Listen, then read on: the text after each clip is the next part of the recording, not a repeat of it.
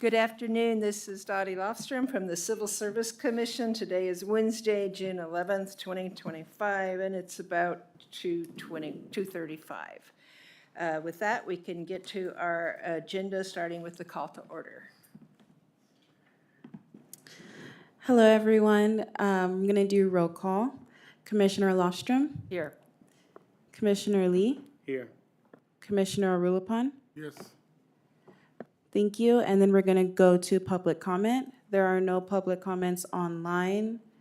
Is there anyone in the room that would like to make a public comment?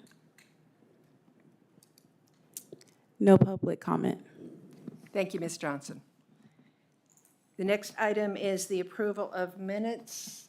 Does anyone have any questions, comments? If not, I'll entertain a motion to approve.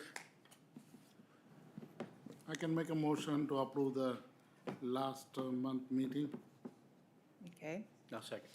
All those in favor say aye. Aye. Aye. There's no opposed, and the motion has passed. We have a report of disciplinary action in our packets. Does anyone have any questions? If not, I'll entertain a motion to accept the report. I'll make a motion to accept the disciplinary action report. I can second. All those in favor say aye. Aye. Aye, no opposed, and the report has been accepted. We're moving on to our classification project portion, and the first one is for the park fee collector, which we'll remember from last month, I think.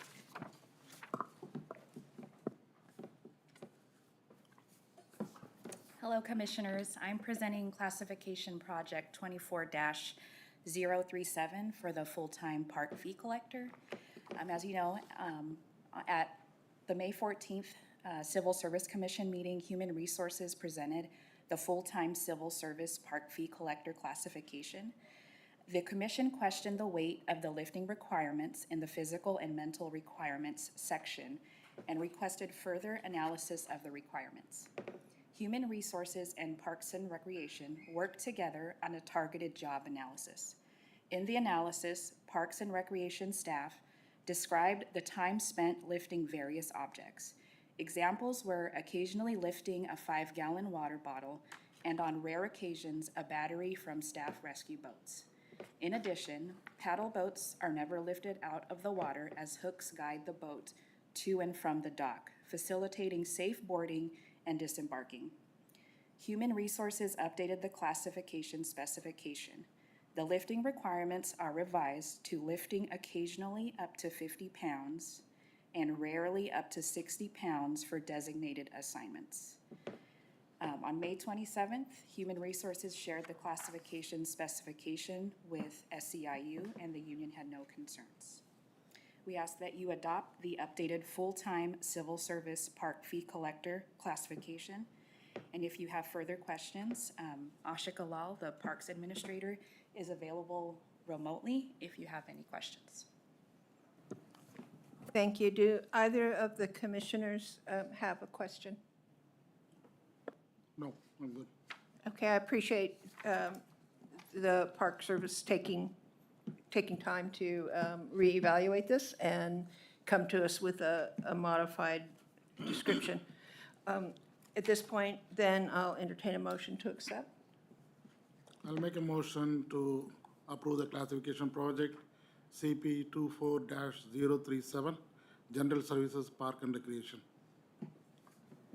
No, second. All those in favor say aye. Aye. Aye. No opposed, and the classification project is adopted. Thank you.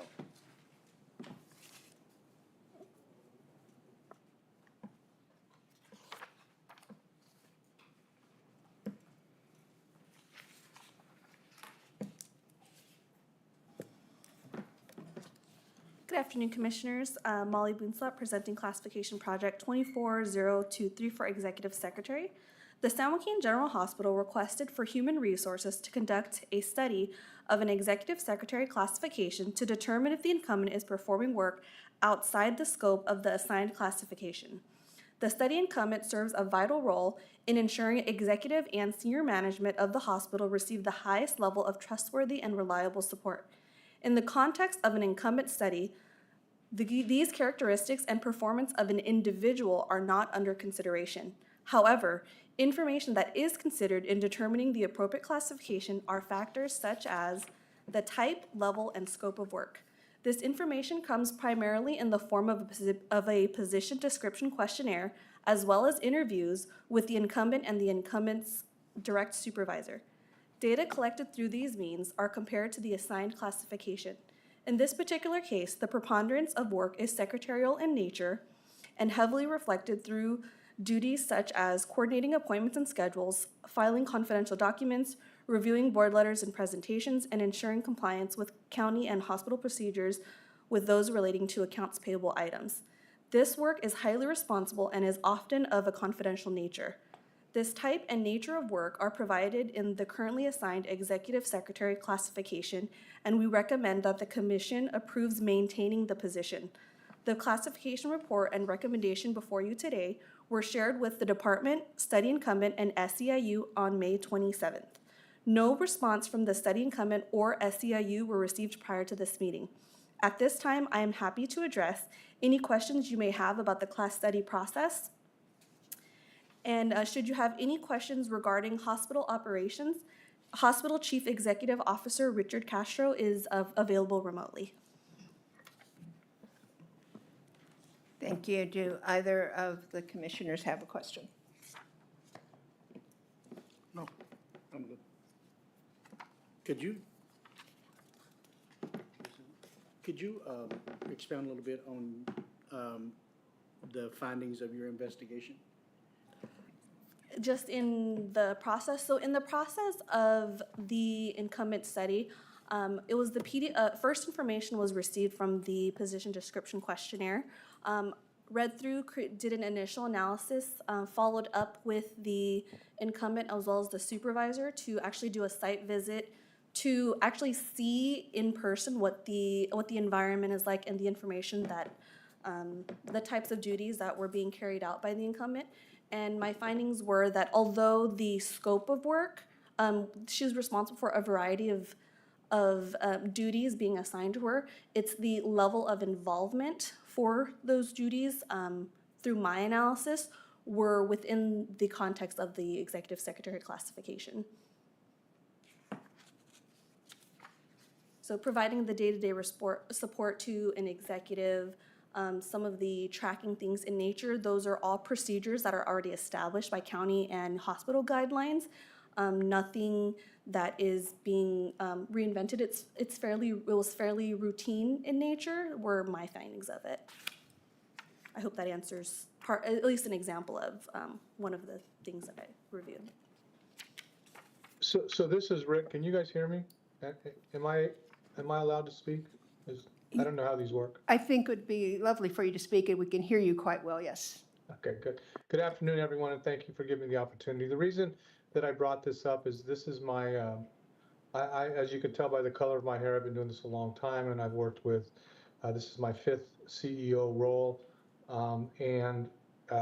When you come, when I came to the role, I immediately, the first person I went to was my executive assistant. And I didn't really realize the nuances of how everybody is classified in certain ways. I'm just used to the role as an executive assistant for a CEO, and the reliance on that person is so significant to our ability to be efficient, and I mean, we just rely on them. And in every place that I've been, that position is much different than it is for regular secretarial people.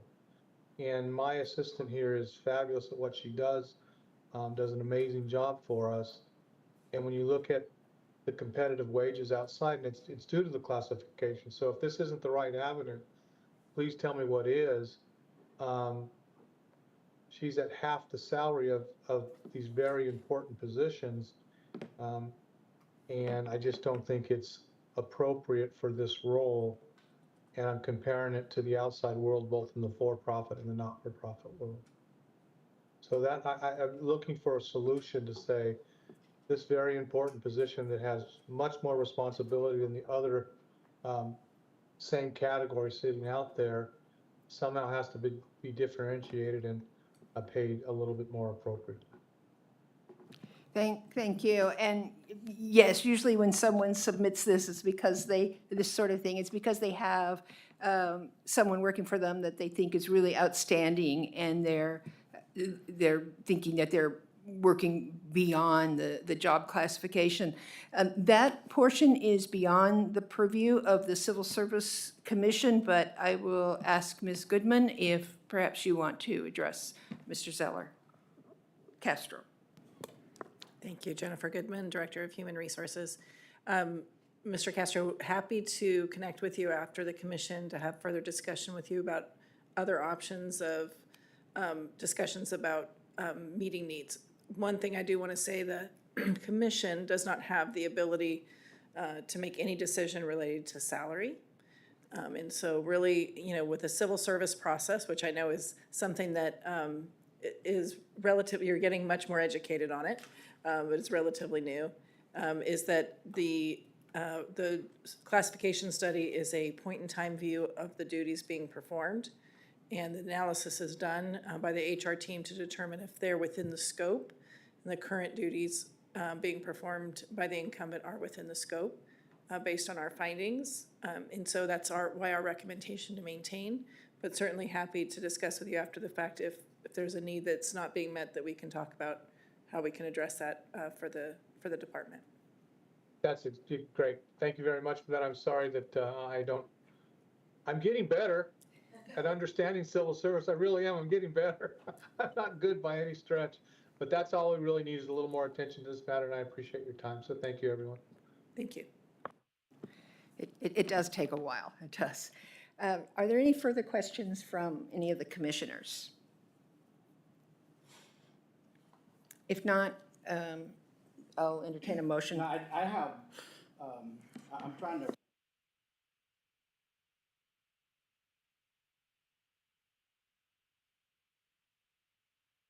Sorry about that. I thought I was loud enough.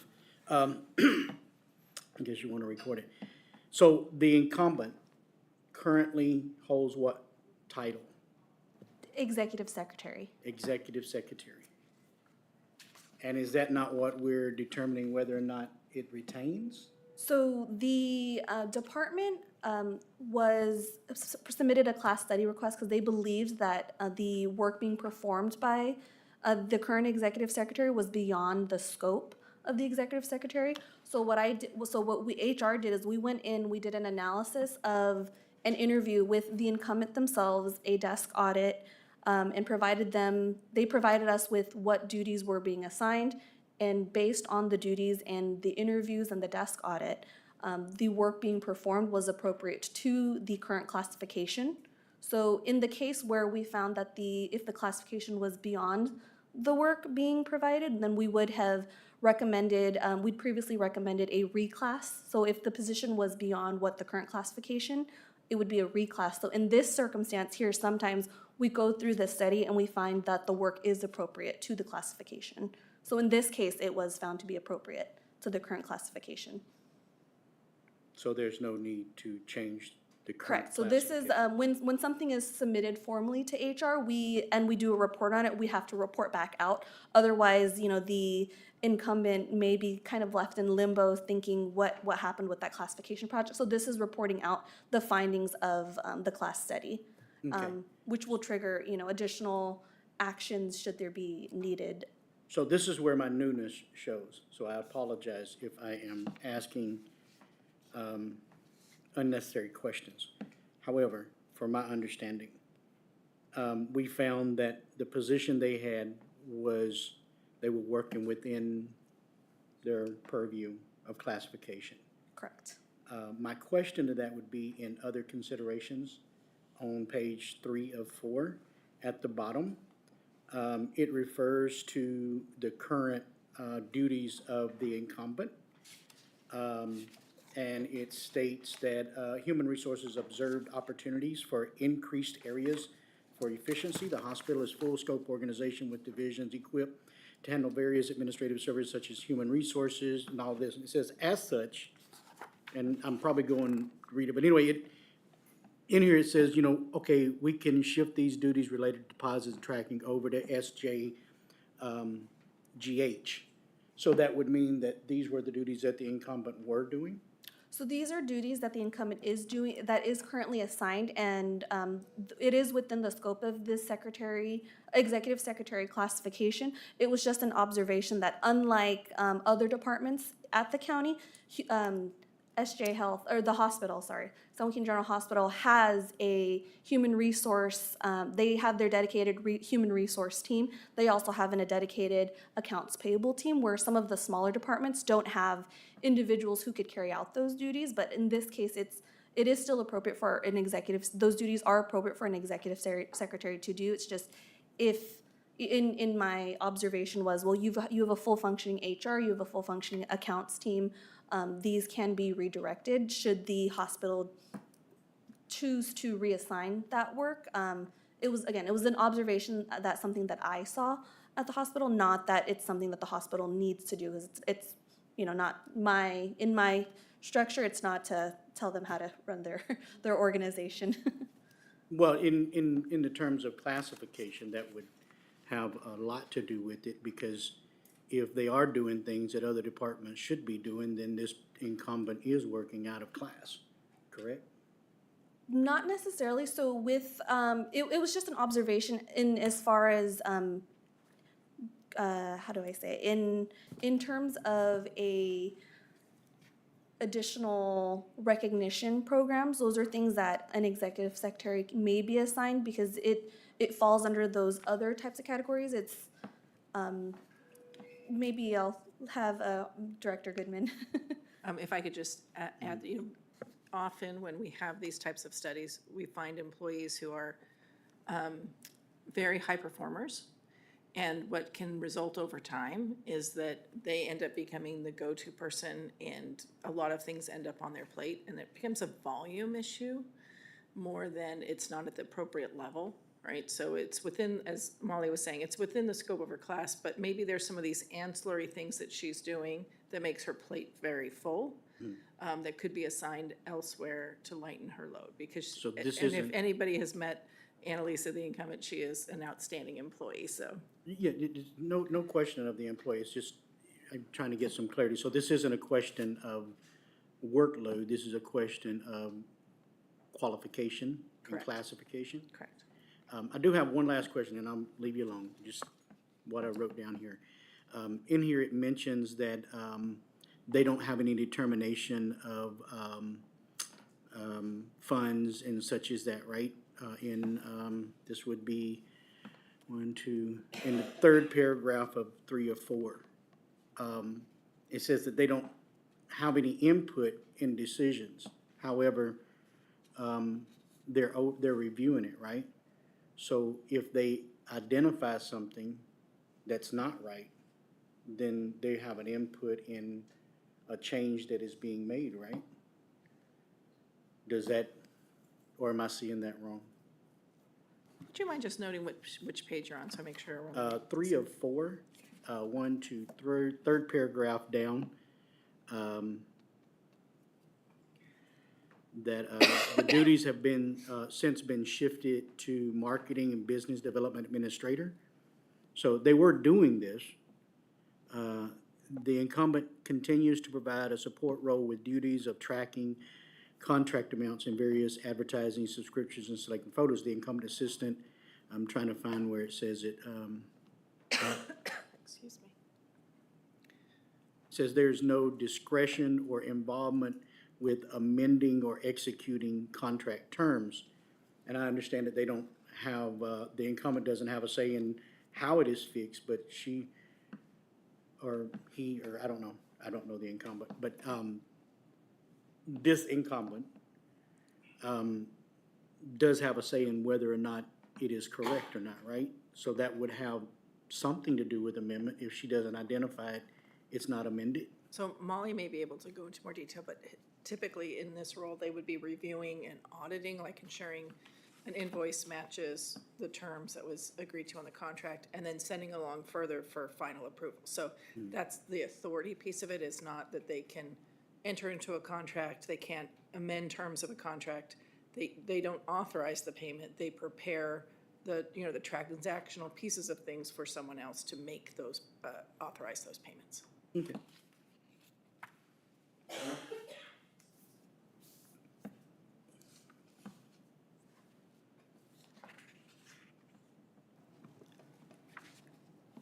We have time for another question if you want. I want you to be comfortable. Yeah, I'm, okay. So in that case, I will entertain a motion to accept classification project 24028 of maintaining the position of executive secretary. I can second. Yeah, I okay. can second. And are you going to second? I'll second it. Okay. All those in favor say aye. Aye. There's no one opposed. She does seem like a really exemplary person, and I'm sure she'll go far in civil service. Okay, that moves us to the next part of our agenda. This is a closed session, so anyone who is not involved in the closed session, if you can leave the room, and the rest of us remaining will move forward.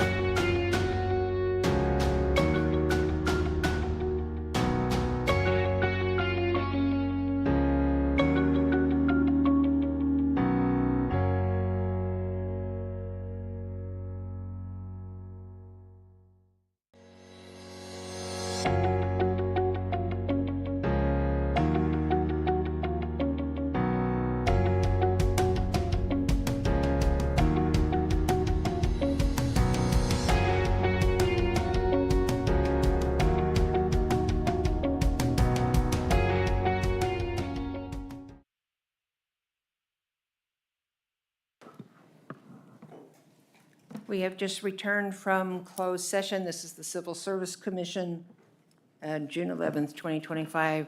And after discussion in our closed session, the commission unanimously agreed that the discipline of termination is appropriate. And there will be written findings forthcoming within 10 days. And the written findings will be forthcoming in 10 days, yes. And so with that, there is no other business, and we can adjourn. This meeting is adjourned. You're welcome.